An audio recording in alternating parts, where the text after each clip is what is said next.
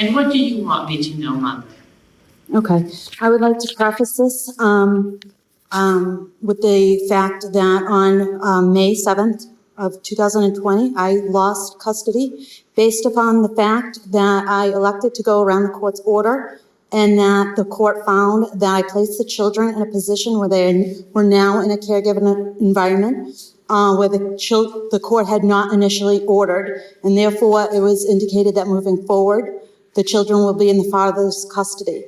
In regards to evidence submitted, I submitted evidence that on June 19th of 2015, James admitted to both the police and in that police statement, a witness, Esther, who was a neighbor, that he had been physically abusive towards me. He didn't say that he hit a phone out of my hand. He said I should not have hit her. And there were two witnesses to that fact, one of them being a neighbor and the other one being the police. On February 8th of 2018, James asked the plaintiff asked the court for less time with the children. Therefore, our separation contract was updated to reflect his wishes, and that I have more time with the children and he have less time with the children, as he wanted them every other weekend, and decided to forego visitation during the week and only have them every other weekend. On December 12th, 2019, my oldest daughter, Ava's teachers stated that she was happy, and it is reflected in both her work and her social interactions.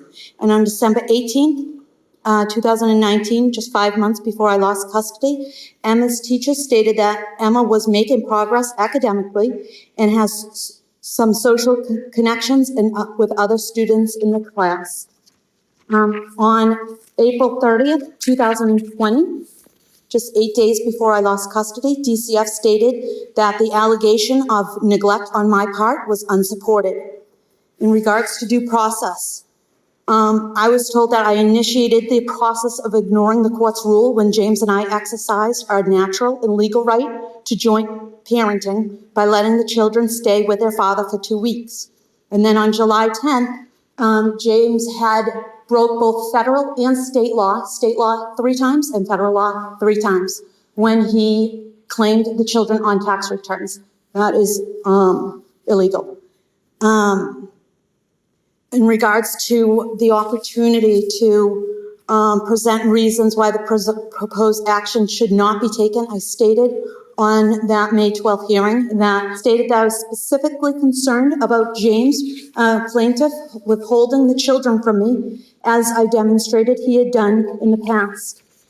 And I would like it noted that just between May 7th, 2020 and May 12th, 2021, James had denied me visitation on 59 separate occasions for frivolous reasons, such as I did not respond quickly enough to confirm visitation. On May 10th, 2020, the plaintiff and his wife lied to the police in incident number 20-24756-OF.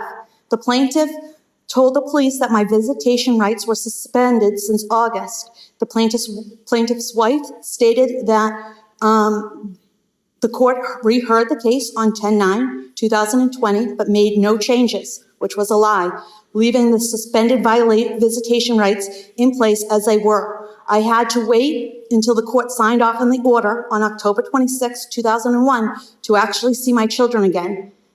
Plaintiff's wife also stated to the police that I have substance abuse issues. In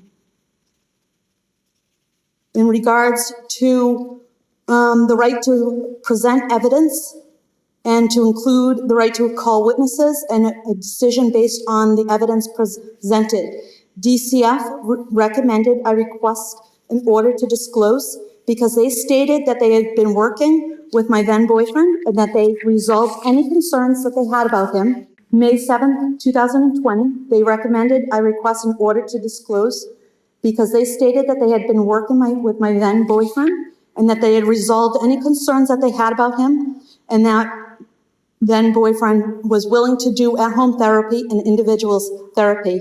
I also submitted an email from DCF stating that they had the chance to speak to boyfriend Brian, and that he seems, and that he's, yep, May 7th, 2020, that DCF stated that Brian and I quote, "seems like someone who is really trying to support you and keep his life in a positive direction." And then they can also include him in the plans they make as, so he is a part of the team. As a result of losing my children and the unnecessary stress this put on me, I had a miscarriage. As I stated to the court that the court did not, as you said, it was a review hearing, and they did not want to review the evidence, as they decided not to enter in any order that would include boyfriend, despite knowing that I was pregnant with his child.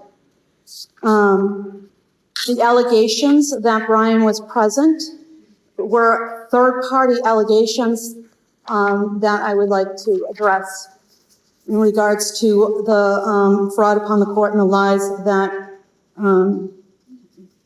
took place. In regards to the drug and alcohol test results, I never signed a waiver allowing the court to share with James, plaintiff and his lawyer, my test results, and Maureen Russo from the Salem County Probate Court sent plaintiff's lawyer, Thomas, my confidential information regarding my test results. She also told plaintiff's lawyer that I said to Ava Help, which I thought would have been confidential, that I felt my civil rights were being violated. I would like it noted on the record that on October of 2021, James brought me to Woburn District Court and told them that I was a drug addict and alcoholic. And then when the judge asked him how he knew I was a drug addict, he stated, because when we were married, I took out Adderall that he said to the court I was prescribed. And he was also prescribed the same medication at the same time as I was when we were married. When the judge asked him how he knew I was currently an alcoholic, plaintiff stated, because when we were married, sometimes she would drink alcohol. The plaintiff and his lawyer failed to tell the Salem family court that this information that they presented, that I was an alcoholic and drug abuser. The plaintiff and his lawyer failed to tell family court in Salem that what they said about me being an alcoholic and drug addict was false. Therefore, it's fraud upon the court, I believe. I have not seen my children because and his lawyer committed this fraud upon the court. When I did lose further custody for failing one alcohol test, I would like it noted for the court that that failure of that one test result could have been due to mouthwash. So I have not seen my children in over a year because I possibly swallowed mouthwash. And even if I did have an alcoholic beverage, I did not commit any state or federal legal actions. James also accused me of having borderline personality disorder and bipolar, which I submitted to the court my psychiatric diagnosis, which I was not bipolar, and I did not have a borderline personality disorder. Plaintiff also accused me of threatening the YMCA, and I submitted an attached written letter from the president of the YMCA stating that I did not threaten her or anyone there. In regards to YMCA, was that the program that the children went to? And when did that alleged threat occur in? What year was that? this was dated September 10th, 2020, when I received a letter from the YMCA, which I submitted to the court. In regards to child endangerment, numerous accusations regarding Kyle Lil, our daughter Ava, have been made, and James, the plaintiff, decided to defend the perpetrator instead of his daughter. And my daughter, I had spoken to my daughter when one of the visits that she had over that house, and I asked her, did you know whether or not Kyle would be there? To which she said no. So my daughter has gone to sleep not knowing if her molester would climb into bed and molest her again. And he is continuously defending the child molester. Even though Kyle, and I have text message evidence that Kyle admitted to molesting Ava. May I interrupt you, ma'am? Have charges been brought against this Yes. party? What happened was I found out through my daughter's school about these accusations. she said it happened when she was 4. And when I found out about it, when I questioned about it, it was years after the fact. When James started bringing them over there, that's when, I do have an admittance from the perpetrator through text messages that he did in fact do this. And was the alleged perpetrator a minor? He was a minor. He was a minor at the time? Right. Furthermore, since evidence has been submitted that plaintiff and his lawyer has committed fraud upon the court, it is reasonable to believe that James has lied regarding the numerous allegations made against me in court, and that he is in fact endangering the children. The issues that I want the parties thinking to understand is that I do receive reports from the probation department. Once I've ordered an individual to undergo screens, they submit what is called a department testing report. And I'm going to ask my court officer to provide that to be reviewed by both counsel and by you, ma'am. I would just like it noted that James did admit to lying about that. And I actually assumed that he would. Before you make statements about that, ma'am, I just want to give counsel the opportunity to review that. Could you kindly provide it to my court officer, and then he'll let counsel review it, all right? Once you've read it. So the issue that I have, ma'am, is that when the court requires folks to submit to random screens, it's to provide the court with information.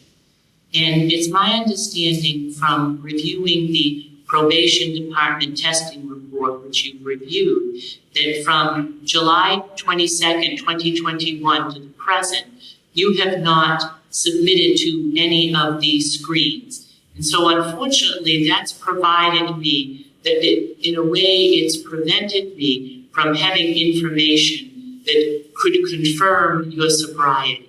And so do you believe that you would be able to submit to screens so that I would have that information and I could verify your sobriety? Your Honor, this is based on hearsay evidence that they admitted to lying about. And so I understand, ma'am, your... And I took over 20 tests. And I understand, ma'am, that that's your interpretation of the status of the matter, but it's helpful for me to have credible information about the status of the parent's sobriety before parenting time is modified. So I ask you, with that information being presented to you, I know that the department is suggesting, the probation department is suggesting that the screens be terminated due to lack of compliance. But I would like, ma'am, to ask you to comply with the screens for a period of time so that I would have that valuable information about your sobriety. Your Honor, due to this fraud upon the court that both plaintiff and his lawyer has committed, trying to complete these tests has already caused me to lose one job. Now I have a job that I work 8 to 5. This is a job that if you do not have a spectacular background at Fidelity Investments, that you will not have that job. You described the clearance and the certifications that you have. I do not think it's fair that I have to submit to this embarrassing, humiliating process when they committed fraud. Well, I'm requesting that the 20 plus tests that I've taken be sufficient. I would think that would be sufficient. They were random. And I respect that, man, but those were all over a year ago. So for a year, I have had no information about it. And that's valuable information for the court. I don't think it's very fair of the court to ask me for this, to continue to subject myself, because first of all, it's very difficult when I am working 8 to 5 to travel and do that and go through that humiliating process. I've already done plus 20 of them. And he has lied about it. And there's never been a police officer who's pulled me over for something like this. There's never been anyone accusing me of this. With that, thank you, ma'am. I understand, and it's my understanding that you would still decline to participate in them. Is that? Unless I'm forced to. And I have to travel for work. So it's So, not a no, matter I of don't. sports, ma'am. I wouldn't say it would be the manner in which I would categorize them.